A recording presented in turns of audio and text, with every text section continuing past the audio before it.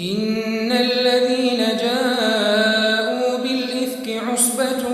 منكم لا تحسبوه شرا لكم بل هو خير لكم لكل امرئ منهم ما اكتسب من الإثم والذي تولى كبره منهم له عذاب عظيم لولا إذ سمعتموه ظن المؤمنون والمؤمنات بأنفسهم خيرا وقالوا هذا إفك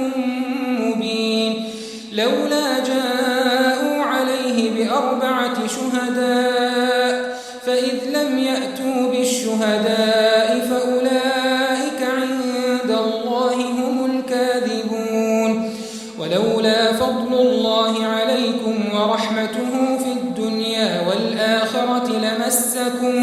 لمسكم فيما أفضتم فيه عذاب عظيم إذ تلقونه بألسنتكم وتقولون بأفواهكم ما ليس لكم به علم وتحسبونه هينا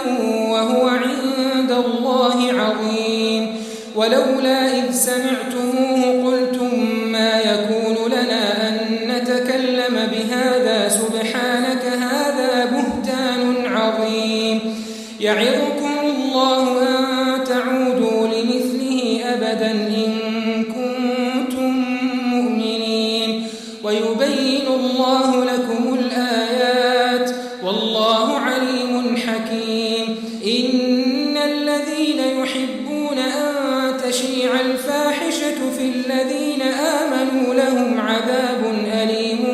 في الدنيا والآخرة والله يعلم وأنتم لا تعلمون ولولا فضل الله عليكم ورحمته